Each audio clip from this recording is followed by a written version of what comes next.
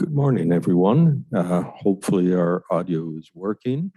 Welcome to the regular public meeting, March 21st, 2023, of the Cowlitz County Board of Cowlitz County Board of Commissioners. Pardon me, will you please join me with the Pledge of Allegiance?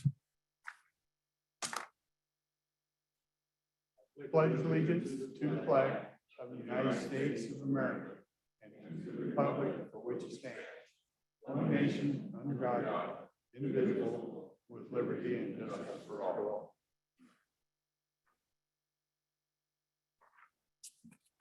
Thank you. Those of you possibly all around noticed that there's a difference in the old way, but the old way, let me call it a COVID way, that the audio and the video has been conducted here. So I've asked Bob to give us a quick highlight of the changes. And so let me turn it over to you, Bob. Good morning. So what's happening is KLTV is actually controlling the streaming today. They're using the cameras that they have in the room. So we're not using the cameras that were on the laptops. This should give you some better pictures. You can see now when I'm talking, they're focusing on me. When commissioners will be speaking, they'll be focusing on the commissioners. They'll give a little bit more professional presentation. There'll be some slight adjustments as we work out some of the bugs on how to do the presentations, but we're hoping this will provide a better picture and better video for our watchers. Thank you. Appreciate that. We hope this will be a little bit more attractive and useful than the way we've been doing it. I certainly appreciate the fact that it's a good deal clearer to me, and of course I've got old eyes. So at this point, let me ask my colleague to address the minutes of last week. Yeah, I've reviewed the minutes from last week and find no corrections and would move to approve. Do we have any comments on that? I don't see any hands. I don't see anybody in the audience. So let's take a vote. Let me first explain that it takes 2 votes to pass anything. Currently, there are only 2 of us, and today and tomorrow, it'll be just the 2 of us. So even though I wasn't here, I will go ahead and cast my vote to approve it because it's I think the safe and intelligent thing to do. I trust my colleague. So I call for the vote. All those in favor, please say aye. Aye. I also say aye. The motion does pass. Thank you. Now let's turn our attention to the consent agenda, and my colleague there will probably just highlight things. There's no need to go into super detail unless somebody in the audience or audience here or on Zoom would like an expansion of that. I'll run through it real quick. Consent agenda, it includes a agreement amendment for Summit Food Services. They provide food to the jail. The pricing is the same as last year, and it's really pricing is based on inmates. Currently, from what we heard yesterday, pricing per meal would be a little over $2. 2, Associated Development Organization. This is really designating our Cowlitz County Economic Development Council.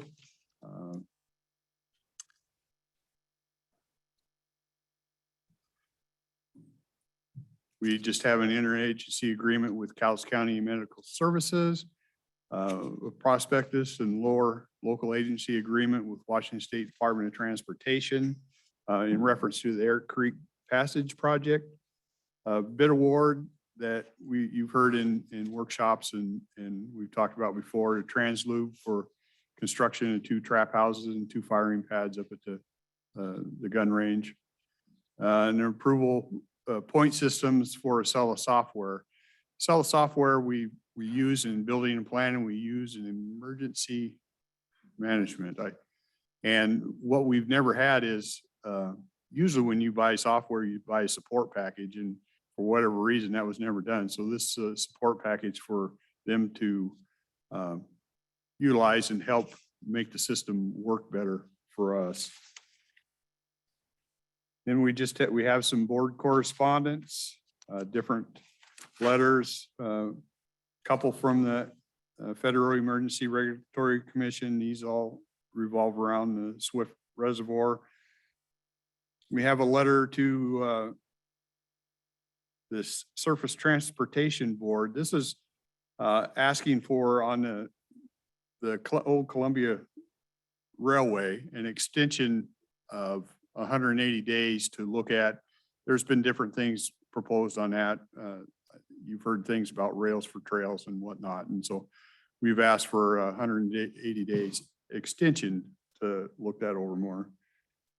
And then letters to our representatives, kind of, you know, asking, just affirming what we've done or what we've been asking for from our lobbyist, which is a lot of that is I think our main things are the sediment issue still coming down from Mt.St.Helens, Riderwood water project, I think one other. So these are just letters for that.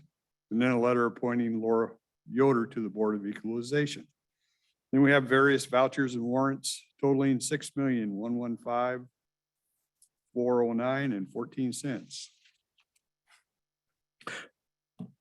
Thank you. Let me chime in on a couple of points there that might be useful. Item number 2, that's the Associate Development Organization Certification. That's where we say the CEDC is going to act on our behalf under some government programs. And I bring that up only because I still feel like I'm a sort of the layman, and I don't understand why we are mandated to go through different organizations for items. So for example, we discussed Meals on Wheels in the past, and we're forced to go through CAP, and my colleague said, why not just have contracts with someone else and that kind of thing. So it just is an example of how our hands are tied in lots of situations. And I'd like to bring it up so that you all understand that it's a network, it's an impossible system. On item number 6, the proposal approval with TruePoint software for Excella actually is part of an ongoing effort that we've had any number of times, and it's stalled and not stalled. So this, we need to do this right now for building and planning, and I'm hoping that works out to your advantage. Your advantage, meaning the people that use building and planning. On letter D, the one to Cynthia Brown, I would like to pull that for discussion, or we could discuss it here. There's no need to be bureaucratic, but yes, there is, because we will, with the consent agenda, we take one vote for everything that's in the consent agenda. So I will move letter D up to the motion agenda. So let me move past that one and go to letter G, the resiliency. Letter G, you're right, Commissioner Dahl, it was Tower Road.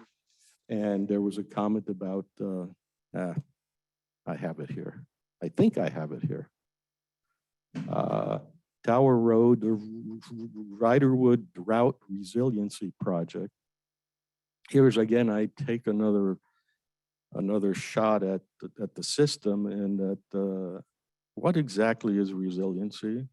Does that mean they can go without drink for a month, day, a week? I mean, these are just words to incite certain outlooks. But anyhow, it's a good project. The Riderwood people actually do have a problem. So I'm glad for that. I'm glad to stand behind that. The nomenclature is something I try to keep clean. And the last item on that was the Riverside Park, all-inclusive play area and ADA enhancements. That's all pretty good stuff. We put a letter together for each of our congressional district, for our congressional district representative and our two senators. And so let me open it up to the public then for questions that they may have regarding the consent agenda. Okay, except that gentleman.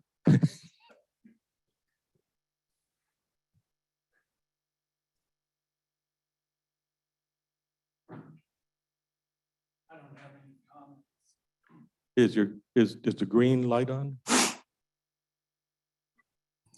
Now it's on. I don't have any comments. I'm here fact finding, asking questions.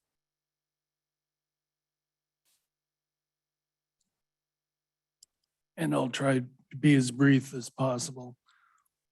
In the contract with Summit Foods for the jail, where are they located? Do you remember, Rick? I'm not sure I ever really asked.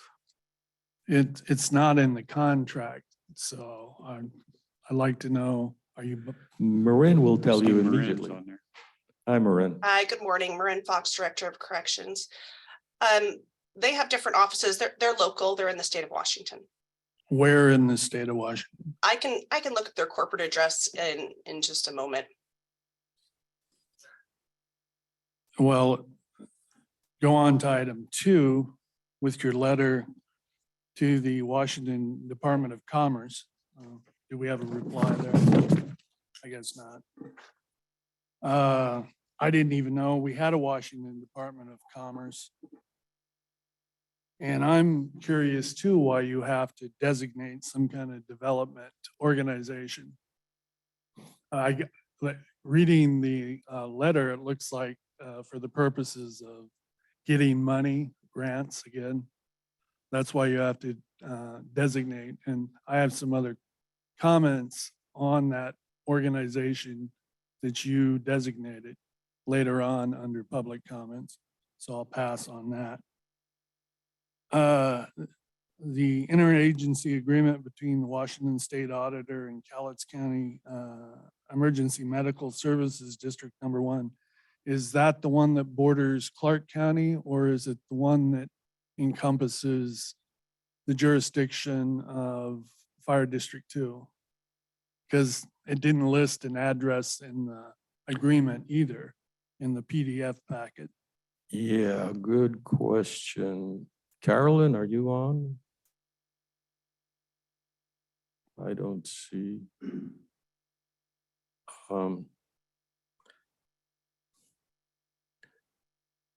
Another latent answer, I guess. Yeah.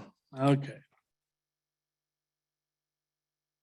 The most interesting part of your consent is in your board. If you're asking, the thing that's causing me to hesitate, I don't know the district boundaries. If they're the same as the fire district, then it'd be a different answer. Well, there are 2 medical districts that were imposed on the taxpayers. One was up the Lewis River between Clark County and Cowlitz County. And I don't know if it's that one or the one that was voted on that encompasses Cowlitz District 2, Cowlitz Fire and Rescue now. Because I Yeah, know the the voters one- voted on emergency medical district that they wanted. Right, that was But 3 months ago or 4 months ago or something like that, the Fire It- District 2 vote. the EMS. last general election, yeah. Yeah. So I wonder which is one. You know, is it the border between Clark and Cowlitz, or is it the one we just voted on in the last general election?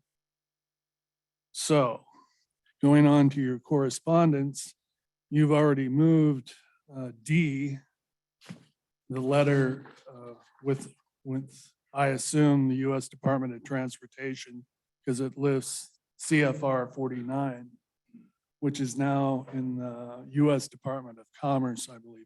So you have moved that to consent, right?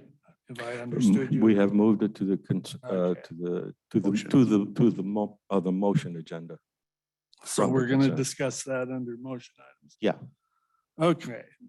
Number H, reappointing Ms. Yoder to the Board of Equalization to a 3-year term. I've known her to be there since 2009. Now, is it just perfunctory that you reappoint these people, or do they receive a performance audit on how well they do, since they're directly appointed by the Cowlitz County Commissioners? Do you do an audit on these people? We don't do a formal audit. It takes 2 of us to appoint, and when I get to see somebody, I ask the questions that you're implying should be asked. And I do that individually. In this case, I believe there was no other applicant, if you will, and we do have problems trying to get some people in on the committee. So in this case, I asked, is there anything? And the answer was no. So it becomes largely perfunctory for someone who doesn't have a bad performance attached with that. And of course, we're not in the position to make people unhappy. They're volunteering, and if we don't like what they volunteer or how they behave as volunteers, we try not to reappoint them. And we do take input from anybody. Did you want to add anything to that? No, I think you stated it well. We just kind of, well, I haven't been here that long, but monitor things you hear and how they perform. And I don't think there was anybody else in this one. My overall preference for someone who has been on a committee for a long time is to replace them, not because of anything they may have done, but the part of what certainly we've been trying to do is get the citizens involved. It's your government, and we can't do that if we have an elite few serving on the committees. But in this case, there was no choice of this person over another person.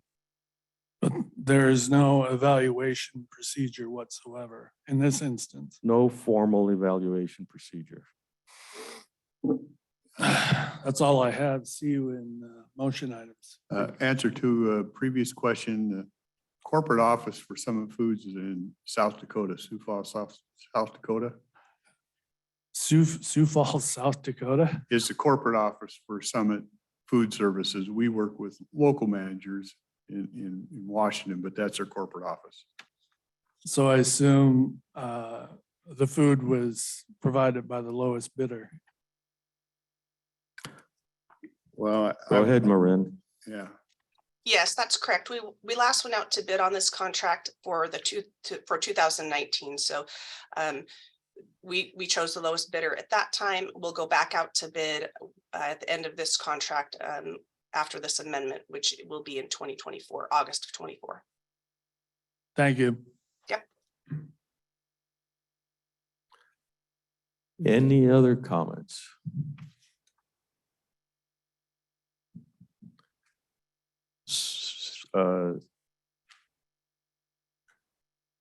Seeing that we have no comment, I'll ask for a motion. I would move to approve the consent agenda with the exception of letter D that has been moved to motions, and vouchers and warrants in an amount of $6,115,409.14. Any other comments? So I call for the vote. All those in favor, please say aye. Aye. I also vote aye. The motion is passed.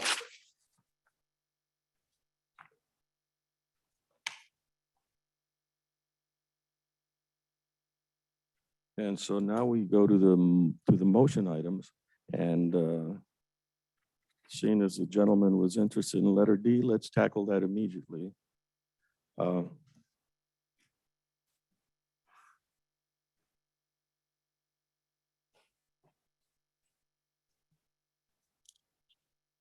Last year, I think you had a lot of comments on taking over the old Weyerhaeuser Woods right away.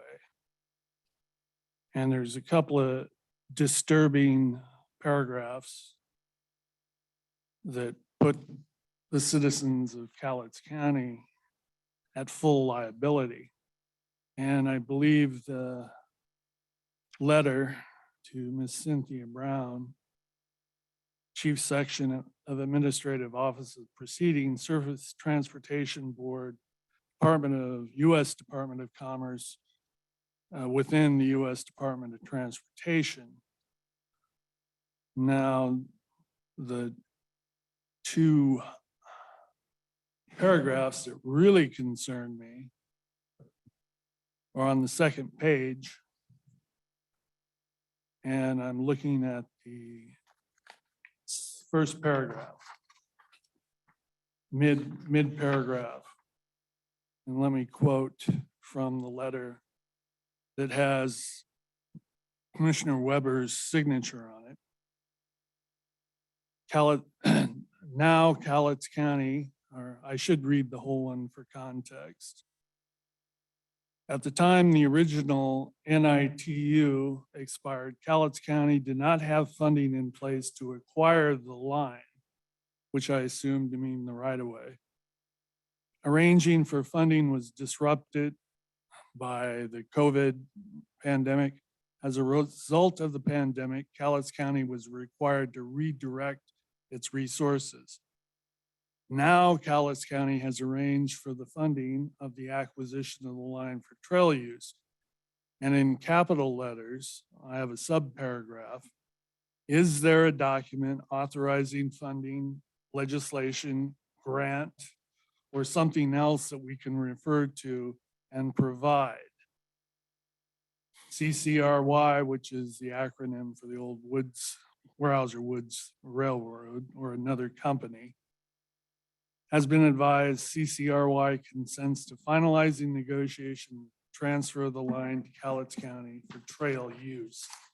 Cowlitz County anticipates CCR filing its concurrence with this request shortly. Yet the whole paragraph deals with funding, and it lists a footnote, number 7, which is even a little more frightening. And it's at the bottom of the same page. Extraordinary circumstances might include specific evidence necessary for funding is imminent. Then it lists a docket number, which is, I assume, before a board of the U.S. Department of Transportation. Limiting the extension of the trail use negotiation periods served on December 4th, 2019, which again indicates you don't have funding. Now, even more frightening is another paragraph, which is the third paragraph on the second page. And I'll have to read it in entirety for context, not just the line that frightens me. In order to establish an interim trail use and rail banking under 16 United States Code, subparagraph 1247, subparagraph D, 49 Code of Federal Regulations 1152.29. Now, if my memory serves correctly, the Code of Federal Regulation that chapter pertains to is U.S. Department of Transportation. Continuing, with respect to the right-of-way owned by Columbia and Cowlitz Railway, and they give the acronym, and operated by the same company, Columbia and Cowlitz Railway, the Board of County Commissioners of Cowlitz County is willing to assume full responsibility for, and they list several items: managing the right of way, any legal liability, another sub-sentence that should strike fear into all Cowlitz County taxpayers. The Cowlitz County, in paragraph, is willing to assume full responsibility for management of the right of way, any legal liability arising out of the transfer or use of the right of way, unless the sponsor is immune from liability, in which case it need only indemnify the railroad and potential liability. 3, payment of any and all taxes that may be levied or assessed the right of way, the property known as the line extending from railroad milepost 1.5 at Longview to milepost 8.5 Ostrander Junction in Cowlitz County. The right of way is the line of railroad proposed for abandonment, list docket number, and a map of the property depicting the right of way is attached, which it wasn't in the PDF file, so I'm not certain of the exact milepost numbers 1.5 to 8.5, but I'm familiar with the Ostrander Junction. Now, 3 points really strike fear into me when you people accept full responsibility. And item 2, when you don't have the finance. Now, looking at these milepost markers, that includes that bridge over the Cowlitz River. Are you going to make the citizens liable for that? Not to mention pulling up the rails and pulling up the chemically treated railroad ties, which go right around Rocky Point, right next to the Cowlitz River. Now, you sold the park, our parks, most of them. You sold Willow Grove, you sold County Line. I know you didn't sell Riverside. I'm not sure about Harry Morgan. How can you put the county at liability when you had to sell parks and recreation, specific parks and properties? And now you're not sure, according to this letter that Mr. Weber signed, that you don't have the financing for, let alone the liability of taking up a rail line and a major railroad bridge. Okay. I'm not sure how to begin answering that, but I'll start with saying thank you very much. Those are all the points I had in mind, bringing it up here. I am further just about as much in the blind as you are regarding, I hadn't seen the letter before it came before us. And had you seen this before? Not till it was in the packet. Yeah, see, that to me is a real problem. All the things you identified are exactly correct. We have no business putting the county in a situation like this. It really needs to be ironed out before we send the letter out. I should ask the clerk, has this letter been sent? That is correct. Okay, we're going to have to resend another letter, in my opinion. It'll take another vote in order to do this. I will let you know that this thing, the Rail to Trails, has been going along for quite a while, as you know. And all the issues you bring up are completely apropos. Jeff Wilson, our senator from the 19th, is actively trying to work on this specific issue, and he would totally agree with you.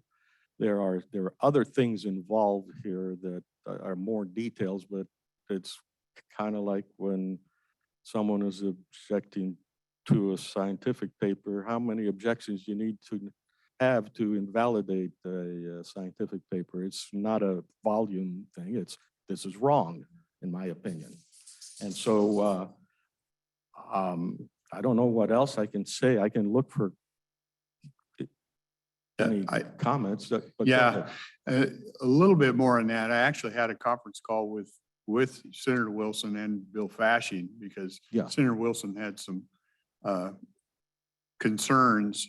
And then after we because Council of Government seems to be driving this thing, and he felt at the end that we're just an extension to keep looking at this instead of starting over from scratch. And so I think that allayed some of his fears, though he didn't see the letter that went out either. Yeah, I am a real, I really have an allergy to putting stuff in there that I call blue sky advertising. I really have an allergy that neither of us saw the letter before it went out. That kind of stuff shouldn't happen. And I'm working with Jeff as much as possible. He's stuck up in Olympia until April 23rd or something like that. We're trying to get a meeting together. The whole idea there, if this is to happen, it will be a collaborative effort, if you allow me to use that word. It's like the airport. The Southwest Regional Airport is really owned by Kelso, but there are 4 entities that play into it. We need more than just ourselves. There's a lot of complicated stuff involved here that ties into liability and future flexibility. The experience in other counties of something like this is not so good also. If you own a property that backs up onto the trail, you're going to have a problem. Yeah, I did in one of the meetings that was brought up briefly, allayed my, I said, I don't want any way, shape or form that I'm committing to anything on this thing. It's just an extension to keep looking at it. And I was assured that that was the case. Right. That we should, I had asked the clerk before any letter goes out purporting to be that of the opinion of the board, it really needs to, you need to close the loop with each of us to make sure that it's truly representative.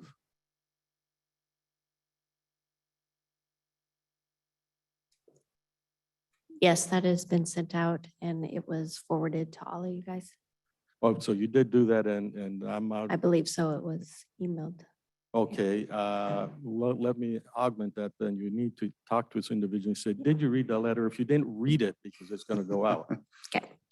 We need a little bit of hand holding there because I get about anywhere between 300 to 500 emails a day. And there's some amount of trust involved that we wouldn't send this out independently without getting specific confirmation.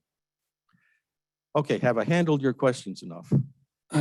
Well, no, you've only increased my hair standing on the back of what little I have. I'm glad you got a haircut. No, after reading this letter, it was burned right off. But what bothers me again, with all deference to Senator Wilson, he's a state senator. This is federal. It went, and another thing that bothers me, they list docket numbers, so that means they had a hearing on the abandonment and the financing. So don't forget, this is intimately involved with Cowlitz County. If it were not, they wouldn't need the letter from the Board of County Commissioners. Jeff Wilson takes outstanding care of the county, and don't sell him short on that. but he has no federal authority. He has what I would call the cooperative authority of the people at Cowlitz, and if the people at Cowlitz speak up like you're doing now and saying, we do not want to encumber ourselves with anything like this, at some point, a contract is going to have to come out of here, an MOU of some kind, and it'll need to be signed by us in order to make this indenture be on solid standing. And I listened to Jeff Wilson and to a lot of people regarding that. I am not going to sign anything that doesn't have common sense in it. This is ridiculous. I'll finish with an analogy. You know, the light at the end of the tunnel, the train tunnel? It's coming? Yeah, this is an oncoming train. You Yeah. got it right on the nose. Yeah. And it puts everybody, all taxpayers in Cowlitz County liable for anything on that rail line. Allow me to digress not digress, but to extend that a little bit. Many years while I was working in Southern California, I commuted on a bicycle. People here in this county don't understand what commuting on a bicycle is. A mixed-use trail, if that's what somebody has in mind, is actually nigh onto imbecilic. Not only is the liability that you talked about, which is really evident, there's one there where if I'm riding my bicycle, even at a paltry 12 miles an hour, and I hit your child who wandered out in front because you're going for a walk, someone's going to go into the hospital. We tend to do things that are enough said. That's all I have.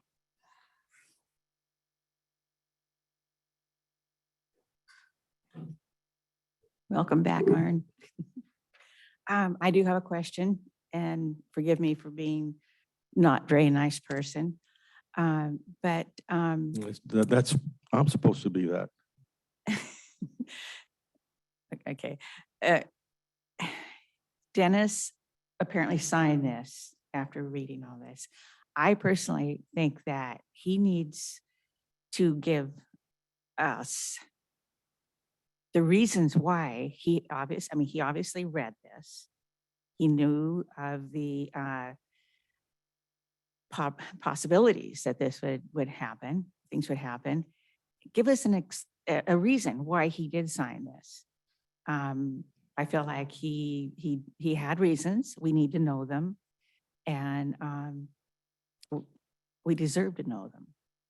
Can that happen when he comes back? That'll be up to him and up to you to ask him. Oh, okay, I will. Thank you.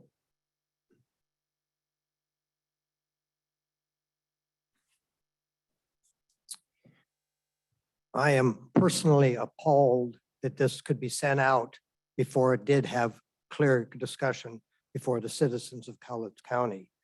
Number one, you know not what you are inheriting as liability. Again, the Cowlitz, I don't know from this what the full context of this rail passageway is, whether it's from way up in the Woods Railroad down to the warehouse or plant site. Is that basically the general context?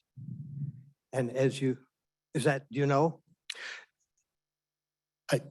It's bounced around enough that I have lost track of the extent. It certainly is claimed to go across the trestle bridge, if that's that one concern. And the track is to the north and east from there has been pulled, to the best of my knowledge. I haven't seen for myself.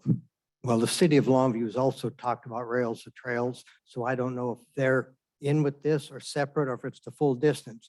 But the liability of the bridge, you have highway crossings, number of those, and just the liability of that. If there's an access way and somebody, as we've seen idiots take and drive down the railway because there was not clear blockage of that, you assume the liability for us as county citizens because it was not adequately covered. I, as a private person, would not even consider making this agreement till I had a full hazard assessment and risk and liability of that full stretch and lay every bit of that out. The railway now takes care of the maintenance of that right of way, the weed control, the other control. You add how many additional acres to your cost to us as county in taking care of that? Thirdly, there is a natural gas pipeline that follows underneath and along that entire railway that has to be maintained by federal standards again. It has sniff stations at all of the crossings and everything. Those have to be maintained. You have to have immediate access if there is an issue anywhere along that natural gas pipeline. You know not what you're inheriting here. You better get it all laid out and pull this entire document till it's clearly understood. Thank you. Thank you. You do point out a lot of our plans are incomplete in the sense that they do not look at the tomorrow nor the extent of the consequences. It'd be wonderful, a rails to trails, and then we stop the analysis there. That's not a good place to stop. I see a hand. Let me see from whom. From Shannon Gilman. Go ahead. Good morning. Wow, I am just beside myself when I hear those that spoke before me. I agree with them completely. And I cannot believe, once again, sneaky. Transparency is huge. And I just don't know what it's going to take for Mr. Weber to understand that we need that. All levels of government, city commissioners. I'm very upset with that. I just knowing what we've been dealing with in the Highlands and then seeing this coming from the commissioners level. I just, wow. I don't understand why. And then to say that it was emailed. I mean, I get like a ton of emails and I'm not going to see like one particular email and then somebody's going to have to call or text me and remind me that, hey, I sent you an email. I just think that this was done wrong. This was sneaky. This was not okay, not done right at all. And I am just upset with how this is done. And believe me, I have a lot of questions for Weber when he returns. I just wanted to let you know that how upset I am about how this was done. And Okay, thank I you. just want to say thank you for listening. Yeah, go ahead. And I'm glad you're back, Arn. Okay, thank you. We have another comment from the audience. Good morning, gentlemen. I'm playing catch up. It sounds like maybe you guys are too on this issue. I'm really curious to know specifically about that trestle crossing the Cowlitz River. Would this require us maintaining it or removing it? I don't know the specific answer to it. I can tell you I'm not in favor of removing it. I'm not in favor of the county being in charge of maintaining it. I would think between the gas line issue and that trestle, just that trestle alone would be just a tremendous piece of liability that I can't even fathom what it would cost to try and make sure that that thing is kept up. If you remember a few years ago, it caught fire. Oh, the bridge. Pardon me? The bridge. Yeah, the trestle. Yeah. Yeah. And there was a tremendous amount of effort that went into on Weyerhaeuser's part to put it back together. But over time, regardless of how great a condition it is now, it is all creosote treated timber from the ground up, or as far as I can tell, that everything I've ever looked at or watched them when they were restoring it. So I guess somewhere along the way, there needs to be a lot more discussion, a lot more detail involved with this whole process. I appreciate you taking the time to try and dig into that and bring it up for us to be able to look at. Thank you. Thank you. Yeah, I don't know what to add to that. Senator Wilson had some of these concerns, and that's why he has a meeting called, because his major concern is that the people weren't involved in it. And that's so I know there's and I forget the date. It's on my calendar somewhere where he wants. I forget the date, but it's on my calendar where he wants to sit down with and go over stuff. The trestle, the stuff they repaired isn't creosote anymore, just for fact that you drive under it, it's composite or metal or something. But I do remember that fire. Yeah, that fire was only partial of the trestle. They Yeah. worked like the dickens to keep the fire from getting onto the trestle itself, onto the bridge over the river. That Yeah. is creosote and old timbers there.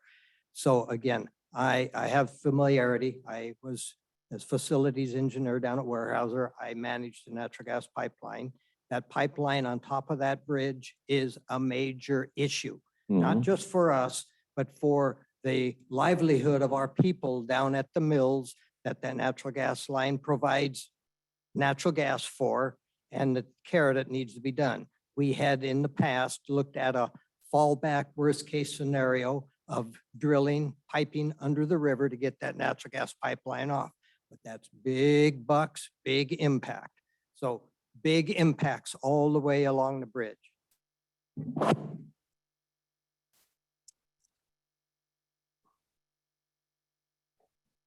The one thing that I see here is you have a process problem. This is the second letter now that I think, if I remember right, that you've had to rescind. And that's not good. So obviously you got to clean up your process.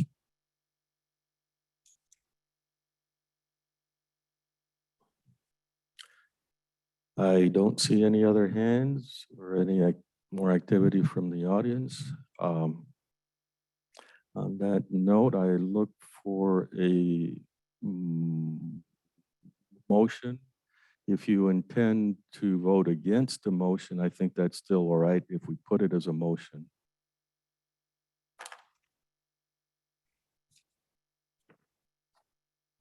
Yeah, it needs to be on there to vote on. So I would move to approve the correspondence designated under 7, letter D, to Cynthia Brown, Chief of the Section Administration Office of Proceedings, for an extension of that. There's a motion to approve the letter.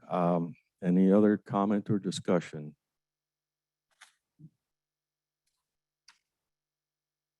Seeing none, I'll call for the vote. Oh, Shannon, is this regarding this vote?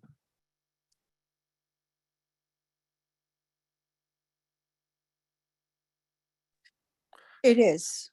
It is Okay, go regarding. ahead. I'm just curious why we're gonna vote and approve.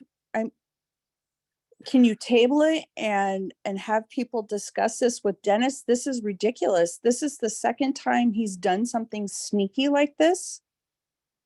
And Yeah, let me interrupt you. The Go ahead. process is that if there's a motion on the table and a motion before the board, then we are free to vote against Okay. it or for it. And if you Okay. vote against it, it'll put a coffin nail on it. Oh, okay. Okay. Thanks for clearing that up for me. Thank you. All those in favor, please vote aye. All those opposed, please vote opposed. Opposed. And I'm also opposed. Motion does not pass. It's interesting to note that in the case when there are only 2 of us, it only required an individual opposition to stop. The motion would not pass because it needs the 2 votes. So in this case, you say it really isn't going to pass. All right, thank you. So now let's proceed to the commission. I purposely didn't address that because I'm not sure the answer. I can wax a little bit on it, which is we may want to hold our place in line for some other discussion. That is, I'm always trying to give you flexibility. The fact that he included all this other stuff in there, which isn't correct, not only that it didn't get your approval, but it's not even correct. I don't know that we have the funding for this. We don't. You're right. And so I will never want to sign something that goes out of this office that is untrue. And so I've got lots of problems on it. If in the negotiation or talking to Dennis, he said, but we must absolutely keep our place in line here. I'm saying, let's do it honestly. And we can send a thing, we're still interested, we need an extension. And then that'll give Jeff Wilson and a bunch of other people the opportunity to come up with a joint venture if that's what it takes, if that's what is the desire. So, okay. You're correct. You should see this again in the very, there should be a letter going out shortly. The content I'm not totally sure of right now. Okay. Okay, we were on item 8, the personal services agreement with CFM. CFM is our consultant, and I actually, to be honest, I mean, completely, I don't know what to make out of consultants. I think it's a travesty and a violation of essentially every bone in my body regarding the Constitution and the playing games that takes taxpayer money for blessing individuals or individual entities. And so, however, that's how the game is played. Historically, we use the CFM for about half what is on the table now to help us guide through some of the mountainous of paperwork and opportunities. My sole interest in increasing to 40 to 81,000 at the time was to get help in trying to find decent infrastructure solutions. Decent infrastructure solutions for me are things that you have to have today, but the cost recovery is many years in the future, like the Riderwood water supply. You're going to have to spend a lot of money to get that going, but you can't recover it for a long, long time. Where does the money come from? Okay, so I was hoping we would get federal grants, and there's this of that kind. There is a program called the CDS, Congressional Discretionary. You know what the S stands for? Yeah, I don't. Okay, anyhow, the CDS program is like earmarks. And Yeah. I will argue with people offline if they're opposed to earmarks, but I don't think earmarks are bad things. The bad thing is a bad earmark, not an earmark in general. In any event, we are at a point here where we are to renew this contract. I can tell you my feeling about CFM is that they're good, honest people, and they know what they're doing. Can I tell you that for the $81,000, you're going to get back at least $81,000 in effort? I don't know how to do that. Maybe my colleague can help. Well, yeah, that's always a difficult thing to do. I met with them and spent some time with them just to get to know them. And I would agree. I think they're honest people and trying to do the right job for us. And I think they're working on the right things. The sediment issue, Yeah. continue on Mt.St.Helens is a huge thing. I know they were very helpful in getting us some funds that started back up that had stopped, although it's a yearly appropriation now instead of a. And I don't only banner back that we don't know why that happens. There are things I claim it was because of my personal efforts, actually. I know it, but I think if they're the right people, it does help. Yeah. You know, it does help. And I know they're working on federal for Tower Bridge because that's going to be a huge cost project in Riderwood. So I don't know how you measure return on investment really, but I do know from working with them for years and years that there is some value there. Is it $81,000 worth of value? That's always open for discussion, but I know there's places that pay a heck of a lot more. So Yeah, thank you for that. I want to let you know that barring swaying arguments, I'm inclined to proceed with this.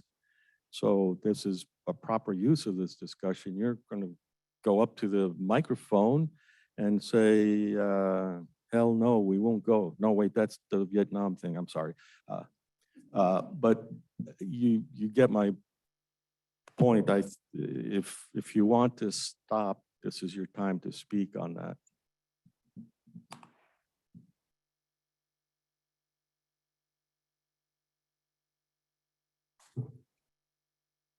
I would expect if I were personally paying $81,000 for services like this, I'd like to have a quarterly or a whatever report on what contacts were made so that I know also what contacts were made and what kind of a survey and saying what is the intent.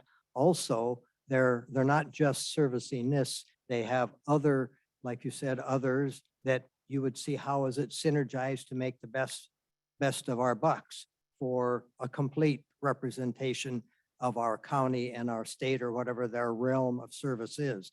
But I would hope that we get some sort of a report as to what they do, just like we requested of Dennis in going back and stepping back in Washington, D.C. yeah, they are actually located out of Vancouver. So I think they'd certainly do that. I know he's willing to meet with us on that period of time. We kind of covered some of that when I chatted with him, but I didn't write it all down, Ron. Yeah, all the items that you mentioned are in the contract. There's going to be a quarterly report and a contact and a log, contact log. And there is synergism in that they represent several other entities around here.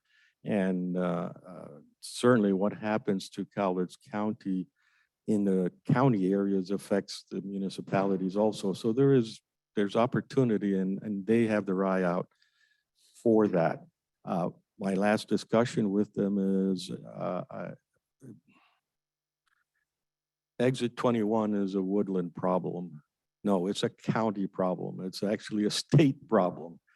And one of the possible solutions there is very nice, but very expensive. It means adding another exit, another bridge across to Lewis and putting an I-5 exit in there. I talked to them about that. They're the kind that they got their eyes and ears open for issues that they might coalesce into. You know, we could spend 20 million fixing exit 21 with the current ideology, which is basically cramped. There are all kinds of problems there.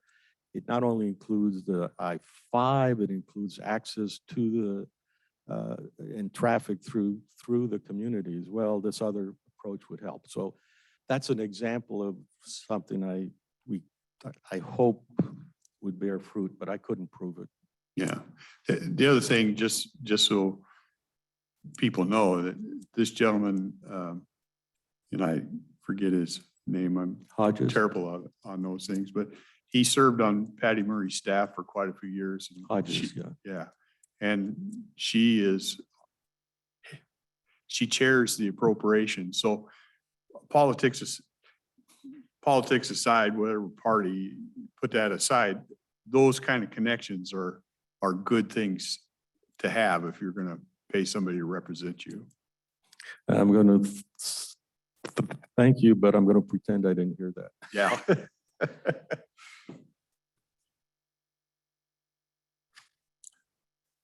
Going to your analogy of your exit in Woodland and your connection to Senator Wilson, who's also a Longview Port Commissioner, I'd like to hear an explanation how an interchange at Oregon Way and Industrial Way can go from 80 million to 150 million to 230 million. And I was at his town hall and he didn't mention anything about that. Yeah, town halls are pretty restricted, but again, if you'd like, I'm pretty sure we could arrange for, let's say, a Wednesday evening meeting and Jeff Wilson come here and just bleed all over you on. He would Wow. explain the inflation on that interchange. Inflation implies that you have a thumbtack pushed onto a very well-defined item. IWOW has never been well-defined. It banners around and it's Well, got this feature, that feature. So you're not comparing apples to apples. no, but I am comparing 80 million versus 230 million, but that's not your purview. Well, but let me, the big picture is, so you fix IWOW, but you've got let me say it, a fairly old bridge that doesn't serve the transportation needs. Yeah, 100-year-old bridge that doesn't serve what's needed. Yeah, so it's like Not half a quite Band-Aid. 1928. Oh, I thought they 28, I said, thought it was 24. No, 1928, because my relatives worked the high steel Oh, I see. and it went bankrupt and the state had to take it over. Yeah. Anyway, that's not your purview yet. And I hope it never will be. But you said Vancouver, CFM Strategic Communication, Inc. actually gives an address, Greenbrick Road, Portland, Oregon, not Vancouver. well, evidently this gentleman lives in Vancouver because I asked him where he was from and he said Vancouver. Yeah, he lives in Vancouver. Yeah. Well, here's your actual contract, which I hope somebody read here at the county. And this is what they're going to provide. CFM will provide tailored federal lobbying. So you bought a lobbyist is what you bought for $81,000, which makes me wonder, what are our federal reps, our two state senators, US senators, and our local US representative from Congress, what are they doing? Obviously not getting paid 81,000, it's much more. Lobbying services for Cowlitz County. The scope of CFM services will be reserved for matters pertaining to Mt.St.Helens. Assistance with Washington D.C. visits by Cowlitz County officials, which I assume that's where Mr. Dennis went later this year. And limited federal grant supports. There's the word grant again. I love that. Should Cowlitz County wish to retain CFM services beyond the tailored scope of the work outlined below, and there are 12 marked items on that, CFM will provide an estimated hourly rate quote for those projects and services. There's your itemized list of costs. And I hope the three commissioners get them. Additional services will be approved, invoiced independently from the quarterly retainer agreed upon. This is only a quarterly retainer, 81,000? No, it's full year. Full year, okay, divided by 4 then. CFM's tailored services shall include, and I'm at number 6, securing congressionally directed spending. Did you just say Senator Murray is head as chairman of Ways and Means? Of appropriations. Appropriations. Not as good as Ways and Means, but it's just as good. Make sure you note that down, Rick. Yeah. Securing spending or community project funds, grant awards. So they're going to be working on grant authorization of grants and report language.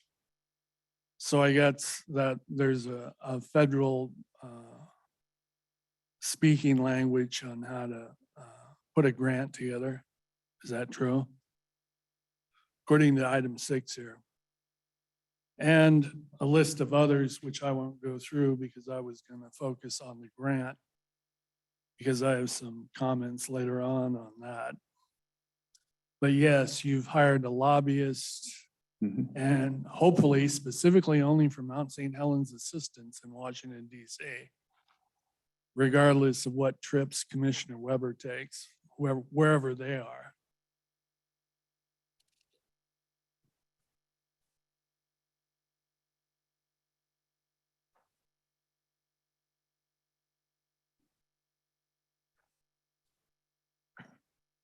I can't resist for photo op regarding our Senator Patty Murray and our confidence in her hopefully representing us.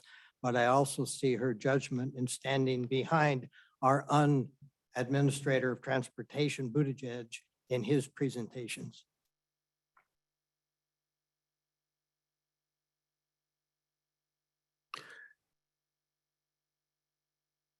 I don't see any hands up. Let me ask for a motion.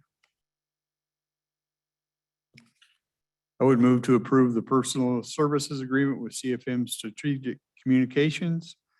Total amount is $81,000 annually. Any more comments?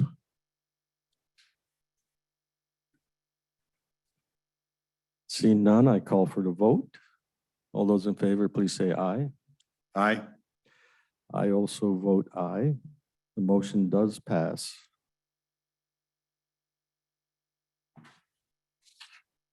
And now we move to item 9, the proclamation.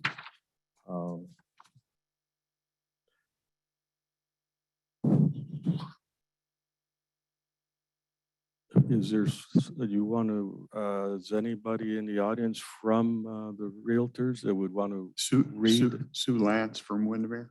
Okay, thank you.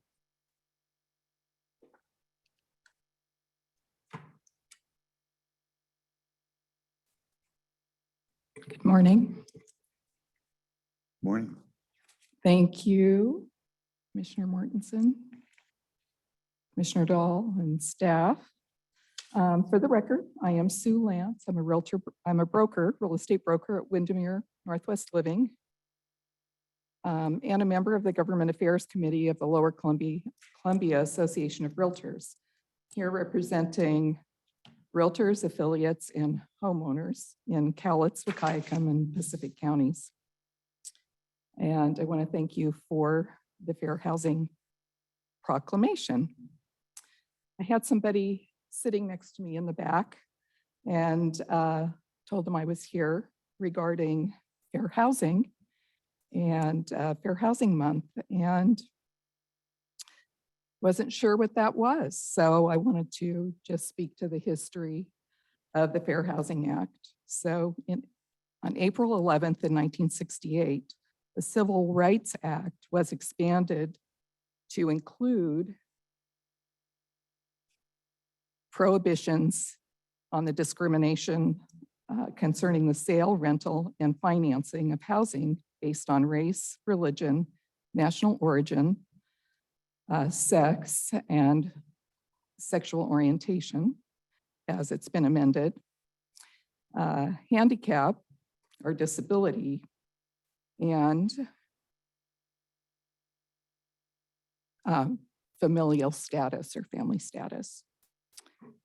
So as realtors and as a realtor association, we're here to commemorate those civil rights protections and principles that we all ascribe to when we become members of the Association of Realtors.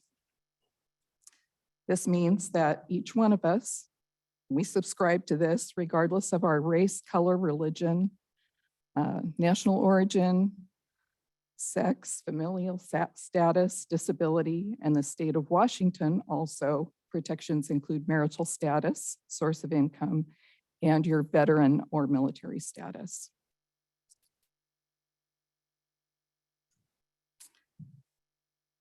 We ascribe to the principles that everyone should have access to neighborhoods of opportunity where our children can attend quality schools, our environment allows us to be healthy, and economic opportunities and self-sufficiency can grow.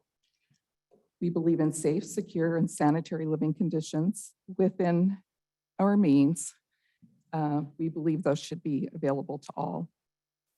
Fair housing is more than a list of do's and don'ts, rights and penalties, and mandatory continuing education, which is required by realtors licensed in the state of Washington.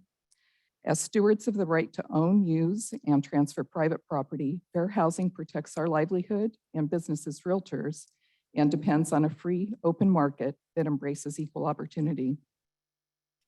Realtors recognize the significance of the Fair Housing Act and reconfirm our commitment to uphold fair housing law, as well as our commitment to offer equal professional services to all in search for real property or a place to live.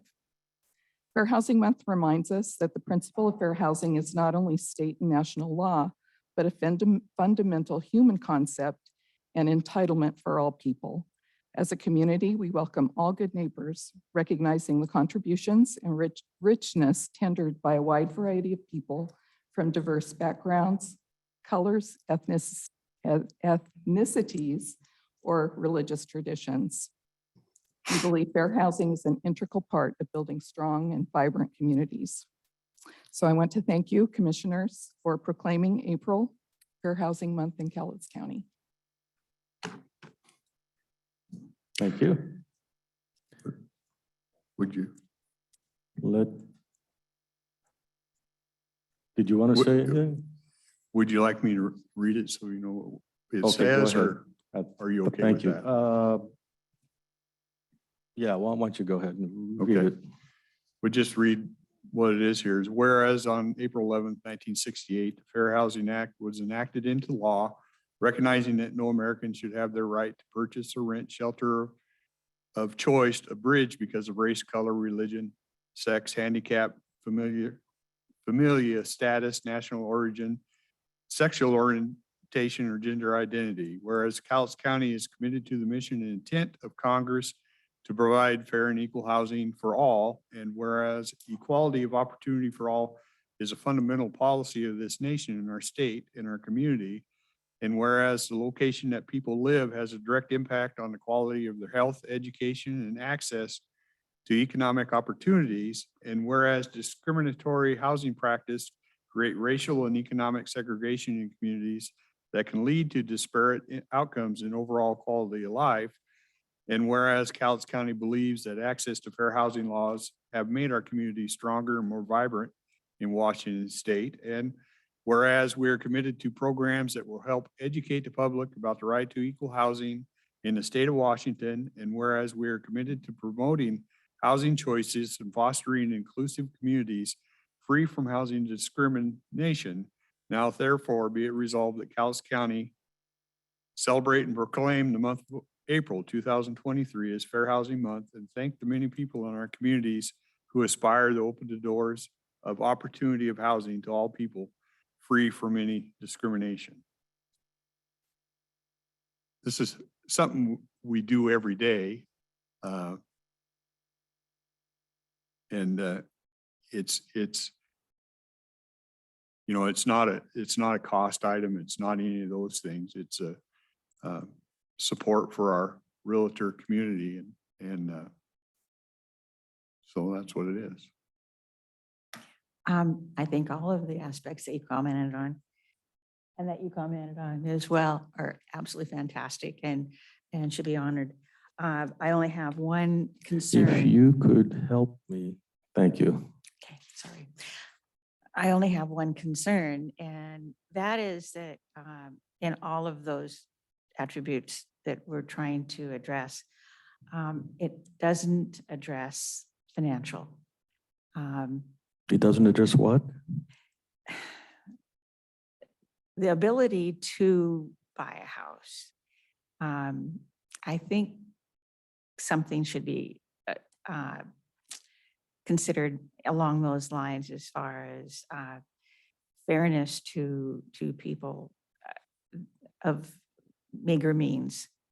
I don't know how you would word it, but I think that we can't discriminate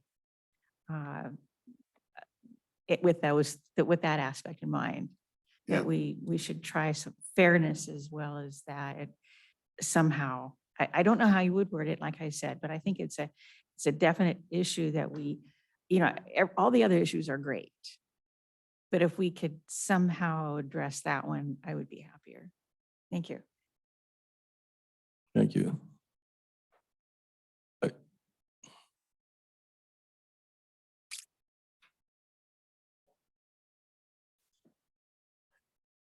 I commend your proclamation in asserting equal opportunity for everyone, not equity, but equal opportunity. That is the foundation of our country. Thank you.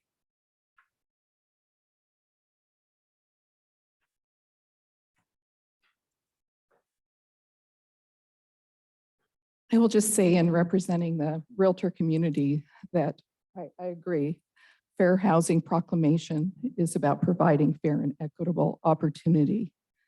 Aside from that, to address the concern of the other speaker, as realtors, aside from that, we do feel an obligation to work with our communities to provide housing opportunities for people so that we do have enough housing for the citizens in our county.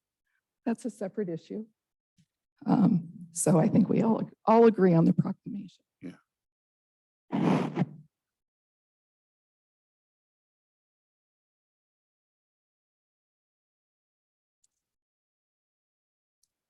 I think everybody's heard of a fellow named Elon Musk. I believe, I may not have my facts exactly right, but he's building some version of mini homes. He's got a whole outfit set up actually doing it, and he is personally living in one. And I believe it's between $12,000 and $20,000. So if we're really interested in that, I think maybe we ought to figure out what he's figured out and figure out how to get some of those kind of homes in here. And an awful lot of people could afford to live in them. Yeah. Well, I agree with you, Larry, that's a push, and we as a county need to make some adjustments on what we'll allow, and the state does too. But I agree with you. We can provide better.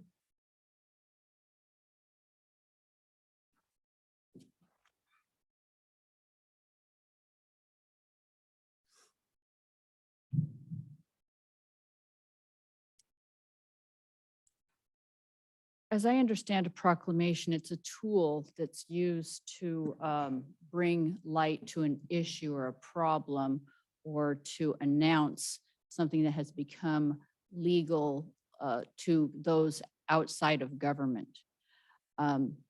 One problem that putting a proclamation out into the community might present is an illusion or a suggestion that there actually is a problem with fair housing in our community.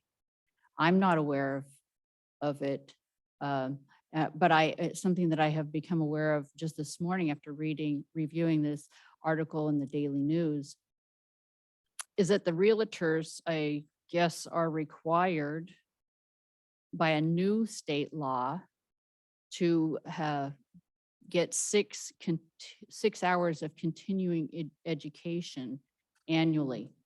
And I wonder if that is the purpose of the request for this proclamation, in an effort for these realtors to try to meet that standard.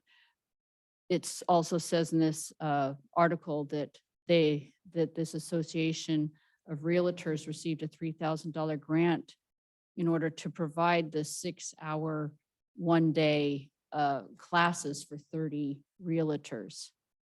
So I'm assuming that's covering their requirement for the year, and that this proclamation request they were hoping would be part of their requirements. I have an alternative resolution. You read the resolution that was requested, and then, but I have an alternate, which reads similar. Whereas on April 11th, 1968, the Fair Housing Act was enacted into law, recognizing that no American should have the right to purchase or rent shelter of choice abridged because of race, color, religion, sex, handicap, familial status, national origin, sexual orientation, or gender identity.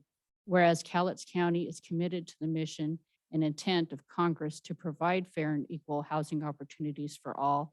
And whereas equality of opportunity for all is a fundamental policy of this nation and our state and our community. And whereas any resident of Cowlitz County may already choose the location that they live according to their desire to support their health, education, and access to economic opportunities. And whereas discriminatory housing practices that create racial and economic segregation in communities is not tolerated nor evident in our community. And whereas Cowlitz County believes that access to fair housing laws have made our communities stronger and more vibrant in Washington state over the past 3 generations. And whereas there is widespread knowledge of tenant rights and the rights to equal housing in the state of Washington. And whereas we have a community that offers various housing choices and fosters communities free from housing discrimination. Now, therefore, be it resolved that Cowlitz County has no need to celebrate and proclaim the month of April 2023 as Fair Housing Month for the benefit of a specific segment of private enterprise, as the people in our communities already aspire to open the doors of opportunity of housing to all people free from any discrimination without this toothless document that is designed to initiate an emotional response. So that's just another way of looking at the problem. I'm not aware that people are having this. In fact, from a personal standpoint, I've been a landlord for many years. And I just mentioned to my husband after seeing this proclamation, and I thought about the people who have been our tenants. And ironically, there's the people of various ethnic backgrounds far outweigh, you know, the people that look basically like me.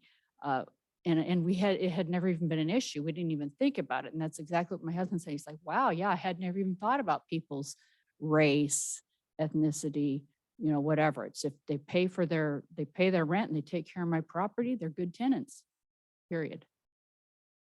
Thank you.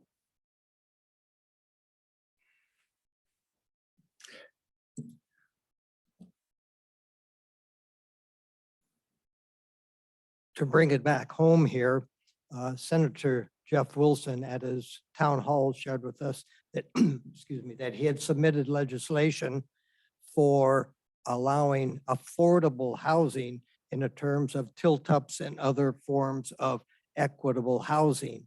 And it got killed right away because of concern over the codes in our state, et cetera. So I think if we want to take these things seriously, we need to get on the bandwagon, support Jeff Wilson and others in terms of affordable housing that is shelter safe, et cetera.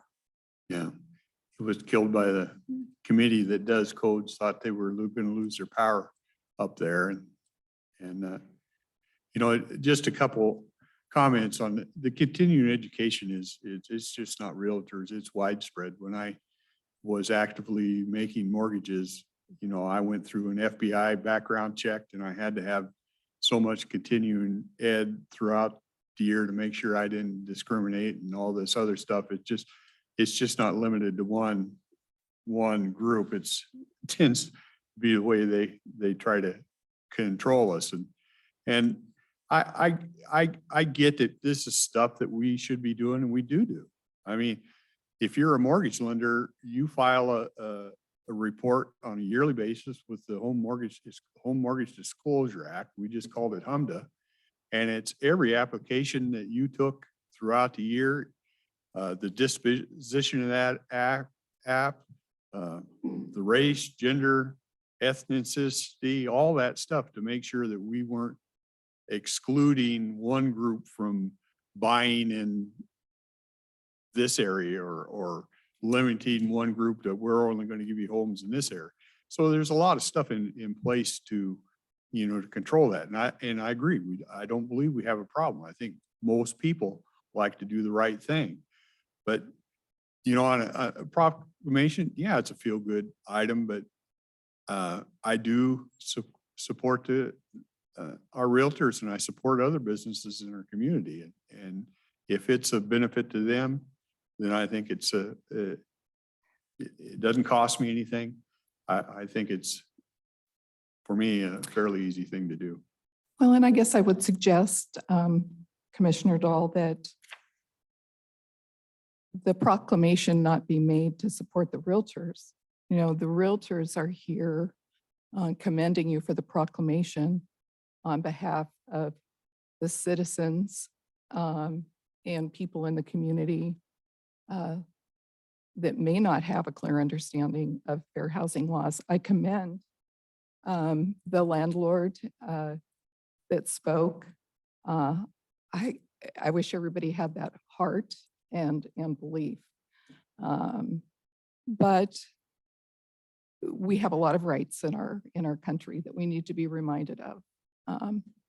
So this is our opportunity to do that. As far as there was nothing, the clock hours required by the state of Washington for renewal of our licensure have always included, as long as we've had clock hours. I've been a realtor. I was a realtor before we were required to have clock hours. So now that we do, it's always been 3 hours until this year in fair housing, and it's every other year. And now that's been increased to 6 hours, 6 clock hours, just for clarification. Thank you.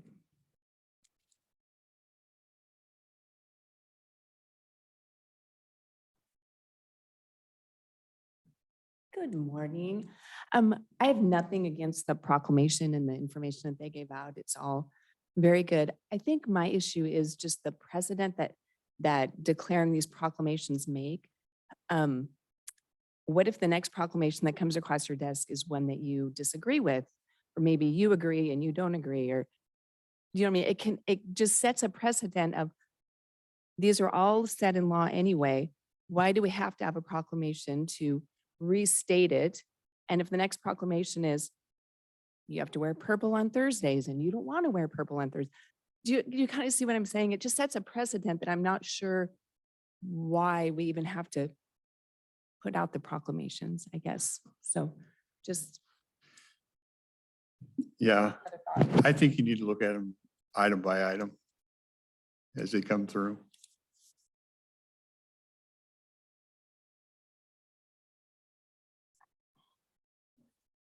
Well, I guess I'm going to play devil's advocate here. This kind of strikes me like a participation trophy. Either we're doing it right all year long, or to read just the title of this, that suddenly we're going to have fair market housing in April. What are we doing the rest of the year? Or is this unfair housing 11 months out of the year, but suddenly we're going to focus on fair housing? When you highlight one thing, just for the sake of a feel-good trophy, I don't understand. It lends itself to a whole lot of questions about what's the merit of this. What is it changing? Is it changing nothing? On the other side, what's it hurting? I may be able to answer that question. For me, this is pretty difficult because I don't think I can get a cogent package together about everything that is improper about such a resolution. Just for people who don't know, I have yet to vote for a proclamation as I've sat in office. So at this point, something interesting will happen. If the motion is made and Rick says yay and I say abstain, then it doesn't pass. Now, I won't go into that at the moment. So we kind of have an issue here, and most of you may have seen Morgan Freeman and Dan Rather, maybe it was, in an interview. And Dan was asking Morgan Freeman about Black History Month. And Morgan Freeman was like, "Well, what are you talking about? Do you have a Jewish History Month?" And it went on. And the point being was is that as long as we continue telling people, you're different, but we'll take care of you, the differences will become exacerbated, aggravated, and we'll have more and more loopholes in the law. The law that simply says be a moral person is something that is apparently very hard for a lot of people. This racism and this other nonsense is not going to stop as long as we keep honoring it with statements like this. "Oh, no, I'm not a racist." Well, you already lost by the time you have to stand up and say you're not a racist. But we are bringing this up way too frequently now, and this is a codification of it. So that's one point. Another point is, do people make what most of us would consider an immoral decision? I'm not going to rent to them. I mean, they come from Finland. Well, around here, that wouldn't be a practical thing to do. So it probably doesn't happen. But the idea is that we cannot we cannot tell someone profitably, and by profitably, I mean in the short term and the long term, achieve a moral goal by telling someone to whom they can and can't rent. So the cure is worse than the disease. And if you listen to some of Thomas Sowell's interviews, you will find out that because the cure is worse than disease, the minority communities have actually lost ground over the years because we continually polarize them. And perfect side example of that is the reparations now that are being considered in, is it LA? Yeah. And so I don't want to be a part of any of that stuff. Next thing is, our job here is not to, I'll be brutal about it, not to pander to any particular organization.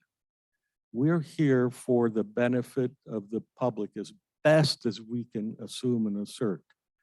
I don't see how this proclamation accomplishes that. There was a statement that sort of is really interesting. It was, housing should be available to all. And I don't know what to make of that, but it's a very dangerous thing. I've had many good friends from the former Soviet Union, and they could come up and tell you, those that are alive still, all about how nice it is to have public housing and free housing, and just how well this sort of communist approach does work for the people. We are experiencing it here in this country now. You know, frankly, I would like for you guys to chip in together and get me a penthouse apartment in Seattle, maybe near the Space Needle, because that's what I want. So that's enough about sarcasm there. The next thing is, there have been some issues pointed out about discrimination. Well, I won't go into the triviality of we all discriminate. There's some discrimination that just doesn't make any sense at all. And it is, in my book, immoral discrimination. And that's the kind that hopefully the 1968 law tends to bring out. But let me make a note. Booker T. Washington had a pretty good comment about this in his book, Up from Slavery. Anyhow, as long as we try to nitpick meaning, I'm sorry, let me rephrase that. As long as we try to segregate, well, you can't discriminate except in this area. If we can't discriminate in housing, does that mean we can discriminate elsewhere along these lines? The answer is no. We should be a moral society. We are trying to reduce society to a checkbox. There's no humanity in it. We can see that with the way we deal with the homeless. It's the checkbox. Do they have a house? Fine, everything's good. No, it's not good. We have a moral problem. And if a resolution said something like, we are a moral people and we would like to remind people that 365 days out of the year and 366 on leap year, I'm trying to become a lawyer here, we will actually honor the concepts of discrimination as in the civil rights of 1968. I don't even backtrack in that. I think this is not a good thing. The cost to us as a society is that we think we have to say, we have to stand up and say, no, we're not a racist. And we've seen that in the news long enough to know that that is a losing proposition from the first day on. So I am, even though in the past I've never voted for or against the proclamation, I'm going to vote against this proclamation. Anyhow, that gives you guys a whole bunch of stuff to shoot me with.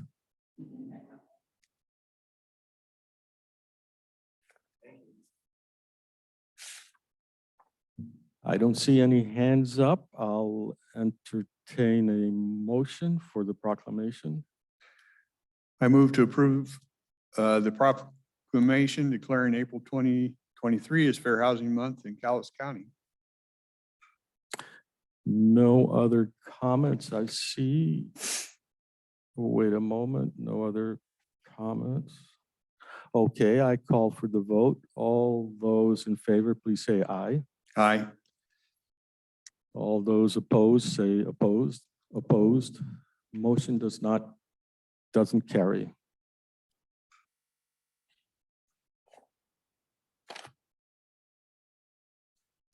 So the awaited time, citizen comments.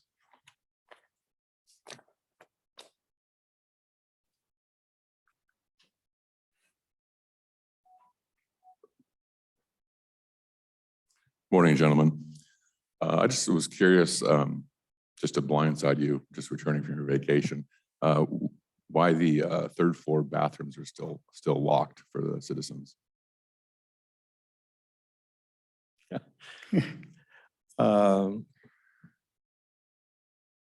Because the code is on, no, okay, no cute answers.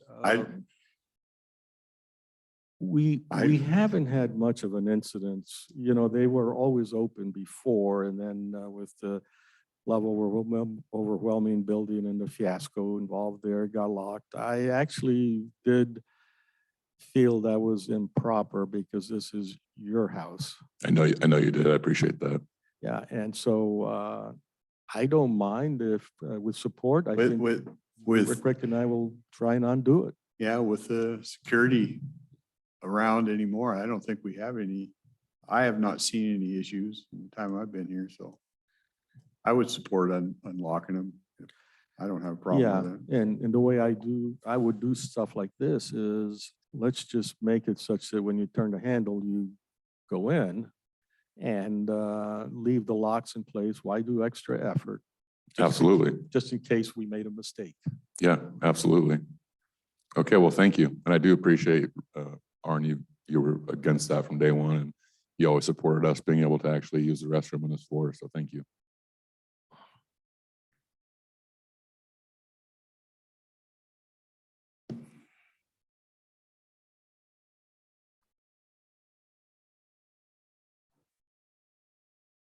I will say I do recall something on that issue. In the past, we've gotten pushback from some of the other departments. So stay tuned. Even though that's our intent, it may not materialize. Wasn't it a resolution to see if the citizens could make it down to the second floor in time? I think we should have that. You're right.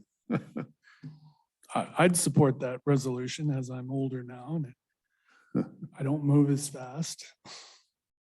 Anyway, I'm always heartened to see that the citizens are always the last one on the agenda.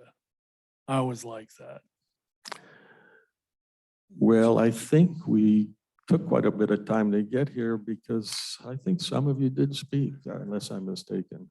Well, I'm gonna try to speed up my comments because, like I said, I can't move as fast down to the second floor anymore. Going back to grants, the lady that needed the ramp, that grant was refused, if I'm not right. If I recall correctly, was that grant refused through the Department of Emergency That is Management? correct. Yeah. Was the grant for the Meals on Wheels to CAP approved? Or did you disapprove that? It passed. It I passed did finally. not vote for it. Well, anyway, after all this occurred on February 23rd, there was an interesting article. County businesses get help again from the Washington Department of Commerce, which I didn't have, and another agency that you just designated today as your advocate for development, the Cowlitz Economic Development Council, Lindsay Cope, and she's the vice president of that organization. And her name will appear prominently on today's front page, but getting back to grants, I'll just read the headline. Recovery grants go to 36 different companies, and they could range from anywhere from $500 to $75,000, according to the news release from the Washington Department of Commerce. One paragraph I'm interested in. Hold on a second. Do you know about these grants? No, I don't get the paper. I don't get the paper. Well, you were approving or disproving those two grants. This article came out shortly afterwards that these private and nonprofit businesses, one of which was the Columbia Theater Association for Performing Arts and the YMCA on 15th Avenue, were among the Longview recipients of these state grant. But the interesting, it goes back to my lobbying for open public records. This one paragraph, the department published a full map of where the grants were distributed and can be viewed on this website. The specific amounts were not publicly available. Now, assuming that was tax money, the amounts It's weren't all- available?